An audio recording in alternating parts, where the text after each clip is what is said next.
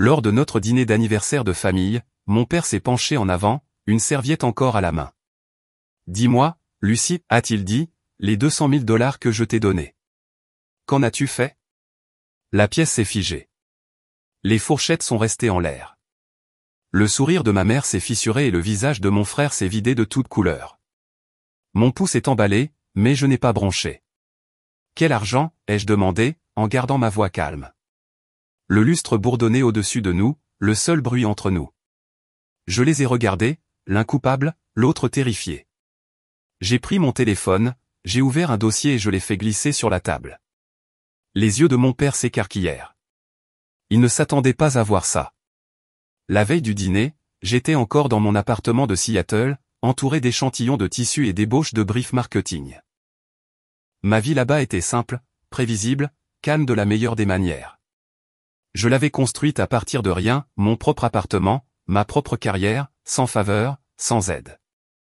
C'est peut-être pour ça que mon père, Robert Bennett, disait toujours que je lui rappelais lui-même. Il dirigeait une petite entreprise de construction à Portland, et chaque fois que nous parlions, il terminait l'appel en disant « Je suis fier de toi, Lucie ». Il n'a jamais dit ça à mon frère. Jason Bennett était l'enfant chéri qui n'a jamais vraiment brillé. 3 ans de plus, charmant, ambitieux, mais imprudent. Il avait brûlé tous les prêts commerciaux et parvenait toujours à retomber sur ses pieds parce que notre mère, Hélène, le rattrapait toujours. En grandissant, elle l'appelait mon garçon aux grands rêves. J'étais la responsable, ce qui signifiait en réalité celle qui nettoyait les dégâts. Quand Jason a appelé il y a une semaine, sa voix était douce, trop prudente. Et, papa ne se sent pas bien. On pourrait annuler le dîner d'anniversaire. Annuler, ai-je demandé. Il vient de m'envoyer un email pour commander du vin pour l'occasion. Jason hésita. Il a été fatigué. Je pense qu'il vaut mieux que tu ne viennes pas cette fois. La ligne est restée silencieuse après cela. Ça ne me plaisait pas. Le 60e anniversaire de mon père et la fête des 40 ans de mariage, qu'il avait prévu depuis des mois, n'était pas quelque chose qu'il sauterait sans m'appeler lui-même. Alors, je l'ai appelé. Il a répondu à la 2e sonnerie, sa voix pleine de vie. Lucie, tu viens toujours, n'est-ce pas? Attends de voir la mise en place. Ta mère s'en est occupée. C'est là que j'ai su que Jason mentait. Dans l'avion pour rentrer, j'ai essayé de me raisonner. Peut-être qu'il voulait de l'attention. Peut-être qu'il se sentait exclu. Peut-être que maman ne voulait pas de tension entre nous. Mais au fond de moi, il y avait quelque chose de plus lourd, le sentiment que ce dîner n'était pas une célébration, mais une question de contrôle. Quand je suis arrivé à Portland, la maison des Bennett était exactement la même, bardage blanc propre, étayé, l'odeur des bougies de pain que ma mère allumait toujours avant l'arrivée des invités. Elle m'a accueilli avec un sourire parfait et une accolade qui semblait répéter. Jason est apparu derrière elle, souriant trop largement. Lucie, dit-il, tu as réussi. Je lui ai rendu son sourire, mais quelque chose dans ses yeux a vacillé, nerveux, attentif. Et pour la première fois depuis des années, je me suis senti comme une invitée dans la maison de ma propre famille. Le lendemain matin, je me suis réveillé avec l'odeur du bacon et le léger son de ma mère fredonnant dans la cuisine. La maison était impeccable, presque étrangement. Chaque cadre photo brillait, chaque bougie parfaitement alignée. Ce n'était pas de l'hospitalité, c'était une performance. Au petit déjeuner, papa était gai, parlant de la nouvelle terrasse qu'il construisait pour un client. Il avait l'air en bonne santé, fort, rien à voir avec la version malade que Jason avait décrite. En face de lui, Jason touchait à peine à sa nourriture. Il faisait défiler son téléphone, faisant semblant de ne pas remarquer que je le regardais. Quand papa est parti pour prendre un appel, maman s'est penchée en avant. Lucie, ne parlons pas de travail ou d'argent ce soir, d'accord? Ton frère a été sous tension. Tension, ai-je demandé. À cause de quoi? Elle hésita juste assez longtemps pour que le mensonge se voie. Tu sais, Jason, il essaie juste de comprendre les choses. Ne rends pas la soirée tendue. C'est alors que j'ai remarqué ses mains. Ses ongles, habituellement parfaits, étaient ébréchés. Ce n'était pas du stress, c'était de l'inquiétude. Plus tard dans l'après-midi, alors que je mettais la table pour le dîner, j'ai entendu Jason dans la pièce voisine au téléphone. Sa voix était basse, mais tranchante. Non, je t'ai dit que je paierai la semaine prochaine. Je m'en occupe. Ne me rappelle plus. Il a raccroché au moment où il m'a vu debout là. C'est à propos de quoi, ai-je demandé. Des affaires, a-t-il dit trop vite, en fourrant son téléphone dans sa poche. Tu ne comprendrais pas. Peut-être qu'il avait raison. Je ne comprenais pas comment quelqu'un pouvait mentir si facilement. Quand il a quitté la pièce, j'ai remarqué une fine pile d'enveloppes sur le comptoir, des reçus de paiement, soigneusement pliés. L'un d'eux était adressé à une société d'investissement que je reconnaissais. Mon estomac s'est noué. Cette société gérait les comptes de mon père, pas ceux de Jason. Ce soir-là, alors que les invités commençaient à arriver, je me suis éclipsé dans mon ancienne chambre à l'étage. La lumière du couloir a frappé l'écran de mon téléphone où une alerte par email attendait. C'était de ma banque, confirmation du virement. 200 000 $ complétés. J'ai regardé le nombre. Mon nom était dessus. Mon cœur battait si fort que j'ai à peine entendu mon père appeler du bas. J'ai rafraîchi la page. L'argent provenait d'un compte joint, un nom que je n'avais pas vu depuis des années, Jason Bennett. Mes mains sont devenues froides. Je ne savais pas encore comment, mais je savais pourquoi il avait menti à propos de ce dîner, et je savais que la vérité éclaterait à table. J'ai à peine dormi cette nuit-là. La lueur de l'écran de mon téléphone a peint les murs pendant que je faisais défiler chaque transaction, chaque email de confirmation. Le schéma était clair, d'abord de petits paiements de test, puis un énorme virement, le tout sous mon nom. La signature était numérique, mais l'accès venait de quelqu'un de ma famille. Au lever du soleil, je suis descendu. Maman préparait du café, fredonnant à nouveau, comme si de rien n'était. J'ai posé mon téléphone sur le comptoir. Maman, étais-tu au courant de ça, ai-je demandé doucement. Elle leva les yeux, confuse, ou faisant semblant de l'être. Au courant de quoi, ma chérie? J'ai tourné l'écran vers elle. La transaction de 200 000 $ brillait entre nous. Son visage s'est crispé, puis s'est adouci. Lucie, s'il te plaît. Jason avait des problèmes. C'était censé être temporaire. Il a dit qu'il le remettrait avant que personne ne le remarque. Mon estomac s'est effondré. Avant que qui le remarque, papa ou moi? Elle soupira, jetant un coup d'œil vers le couloir comme si papa pouvait apparaître. Tu as toujours été si indépendante. Ça ne te manquerait pas. Ton frère avait besoin d'aide. Cette phrase a atterri plus durement que n'importe quelle gifle aurait pu le faire. Ça ne te manquerait pas. J'ai pris mon téléphone et je suis sorti avant qu'elle ne puisse dire un mot de plus.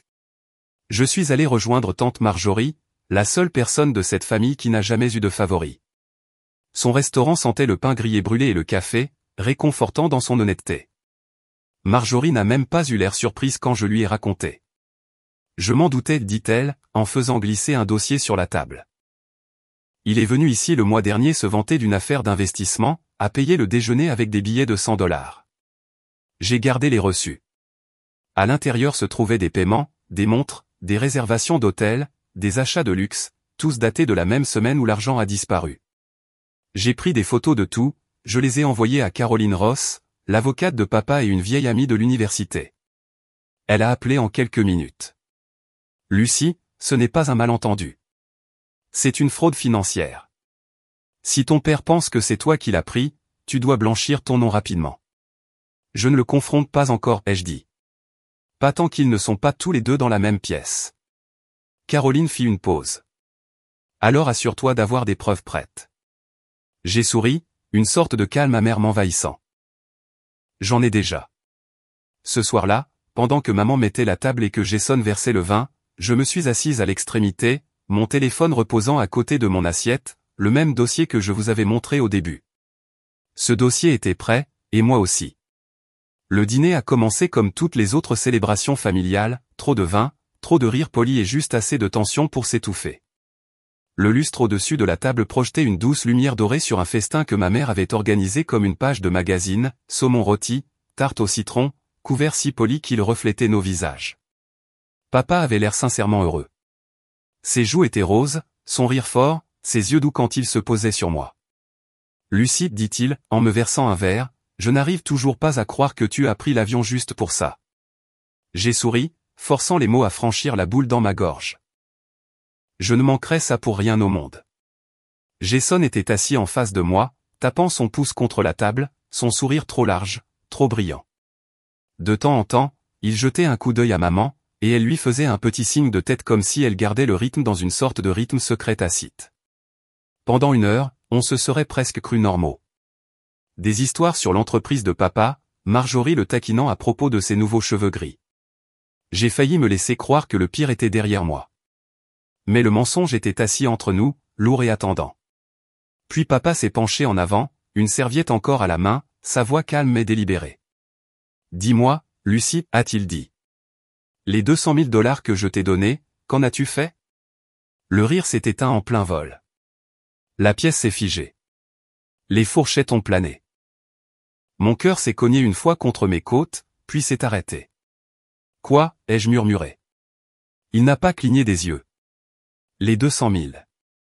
Je les ai virés il y a des mois. Ton frère a dit que tu les utilisais pour quelque chose de privé, mais maintenant je veux l'entendre de ta bouche. Le visage de ma mère s'est crispé.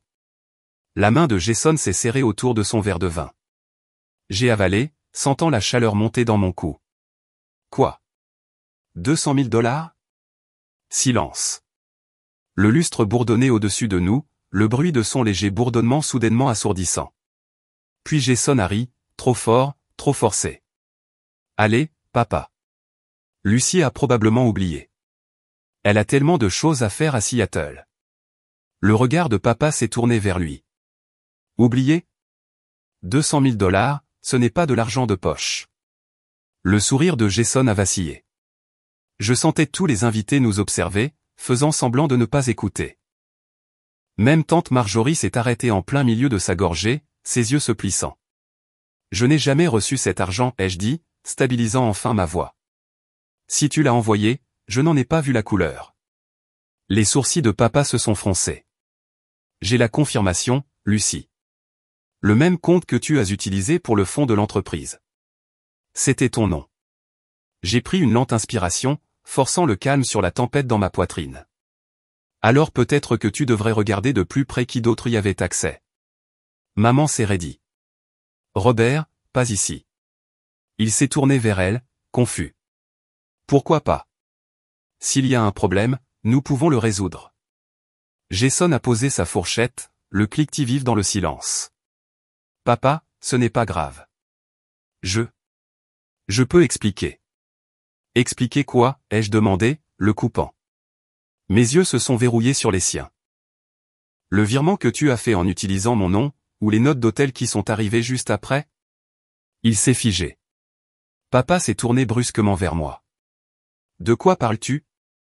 J'ai pris mon téléphone, je l'ai déverrouillé et j'ai ouvert le dossier. Mes mains étaient stables maintenant. J'ai fait glisser l'écran sur la table vers lui.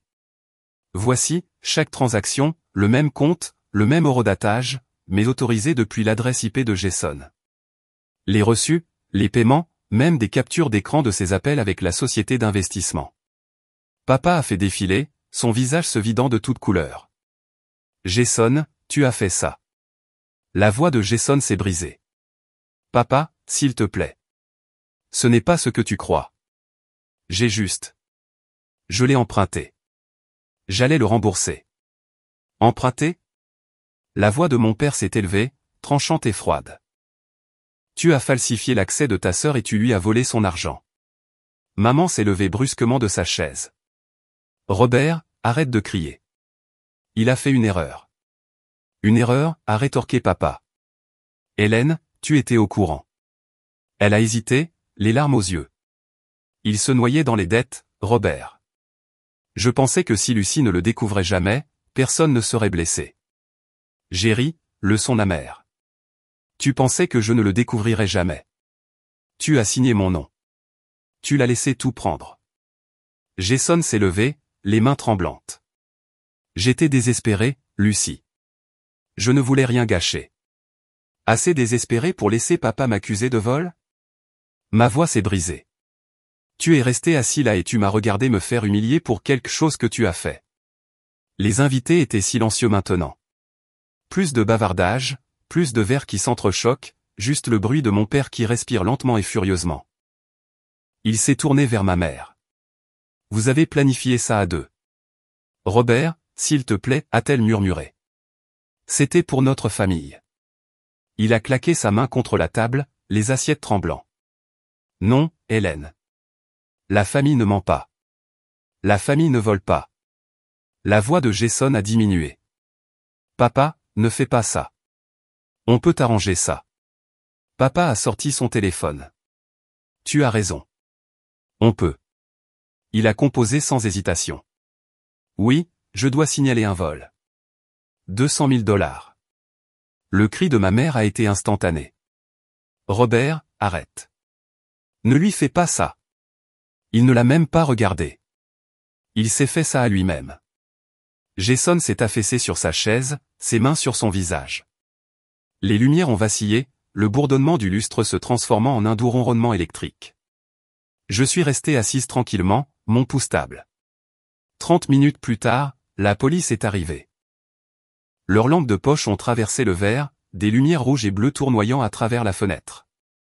La pièce avait l'air plus petite, presque incolore maintenant. Jason n'a pas résisté quand ils lui ont demandé de se lever. Maman a supplié, en sanglotant, agrippant son bras, mais il ne voulait pas croiser son regard. Papa a signé la déclaration sans un mot. Quand il m'a regardé, il n'y avait plus de fierté cette fois, juste un chagrin. Lucie, dit-il, sa voix rauque. Je suis désolé. J'ai secoué la tête. Tu as cru ce qu'ils t'ont dit. Tu avais toutes les raisons de le faire. Il a tendu la main vers moi, mais je me suis doucement retiré. Tu voulais savoir ce que j'ai fait de ton argent, ai-je dit. Je l'ai protégé d'eux. Les officiers ont emmené Jason. Maman a suivi, criant des promesses auxquelles personne ne croyait plus. La porte a claqué derrière eux, ne laissant que le silence et le faible écho des sirènes s'estompant dans la nuit. Tante Marjorie est venue vers moi, posant une main sur mon épaule. Tu as fait ce qu'il fallait, a-t-elle murmuré. J'ai baissé les yeux sur le dossier encore ouvert sur la table, l'écran s'obscurcissant. Peut-être, ai-je dit doucement, mais je n'en ai pas l'impression. Papa s'est affaissé sur sa chaise, se frottant les tempes. Je les ai élevés tous les deux, a-t-il murmuré. Comment en sommes-nous arrivés là? Je n'ai pas répondu. Il n'y avait plus rien à dire. Dehors, les lumières de la voiture de patrouille se reflétaient sur la fenêtre, le même éclat froid qui venait autrefois de notre lustre. Et à ce moment-là, j'ai réalisé quelque chose de simple et de définitif. Parfois, la justice ne ressemble pas à une victoire. Elle ressemble juste à du silence. Les semaines qui ont suivi ce dîner étaient irréelles, comme marcher dans une maison qui sentait encore la fumée après l'extinction de l'incendie. Portland était calme. Les gros titres se sont estompés. Les chuchotements en ville ne l'ont pas fait. Le nom de Jason est apparu dans les documents judiciaires, puis dans les conversations apitoyées que ma mère ne pouvait plus contrôler. Papa s'est occupé de tout par l'intermédiaire de Caroline Ross, son avocate. Les accusations étaient claires, usurpation d'identité, virement de fonds non autorisés. Jason a évité la prison grâce à une négociation de plaidoyer, mais l'ordonnance de restitution était ferme, rembourser chaque centime ou perdre tout ce qu'il possédait. Maman s'est tenue à ses côtés à chaque audience, son visage creux, ses cheveux négligés pour la première fois de ma vie. Quand ce fut terminé, papa m'a fait venir dans son bureau à la maison. Le bureau qui contenait autrefois ses plans était maintenant couvert de paperasse. J'ai réécrit mon testament, dit-il doucement. L'entreprise, la maison, tout, c'est à toi. Ils n'auront rien. Je voulais argumenter, mais les mots ne venaient pas. Peut-être que ce n'était pas de la vengeance. Peut-être que c'était sa façon de s'excuser. À la fin du mois, Jason avait vendu sa voiture, ses montres, même les meubles de créateur dont maman s'était vantée pendant des années. Ils ont déménagé dans un duplex loué à la périphérie de la ville. Je l'ai appris par tante Marjorie, pas par eux. Quand je suis reparti pour Seattle, papa m'a aidé à charger mes bagages dans la voiture. Le ciel était gris, une douce pluie brunant sur l'allée. Il m'a tendu une enveloppe. À l'intérieur se trouvait un seul chèque, 800 000 $. Le même montant qu'il avait autrefois destiné à mon avenir. Tu mérites ton nouveau départ, dit-il. Va construire quelque chose dont tu es fier. Alors que je roulais vers le nord, les lumières de la ville de Portland ont disparu dans le rétroviseur. Ce qui les a remplacés n'était pas la paix, pas encore, juste la clarté. 6 mois plus tard, je me suis tenu devant ma boutique dans le centre-ville de Seattle, Arbor Lane Studio. L'enseigne sentait encore la peinture fraîche. À l'intérieur, la lumière du soleil se répandait sur des portants de vestes taillées et d'écharpes en soie. Chaque étiquette était écrite à la main avec mes initiales. Les 800 000 $ que mon père m'avait donnés se sont transformés en plus qu'une entreprise. C'était une récupération silencieuse de tout ce que j'avais perdu.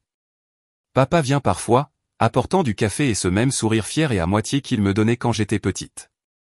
Tante Marjorie dit que le magasin ressemble à une clôture. Peut-être qu'elle a raison. Je n'ai plus eu de nouvelles de maman ou de Jason depuis des mois. Leur paiement de restitution arrive lentement, de petits rappels mécaniques de ce que coûte la cupidité. Parfois, quand je ferme le soir, je pense à cette table de dîner, au bourdonnement du lustre, au silence après que la vérité a frappé. La trahison ne te détruit pas toujours. Parfois, elle t'aiguise. Si tu as déjà dû défendre ton nom contre ta propre famille, raconte-moi ton histoire dans les commentaires.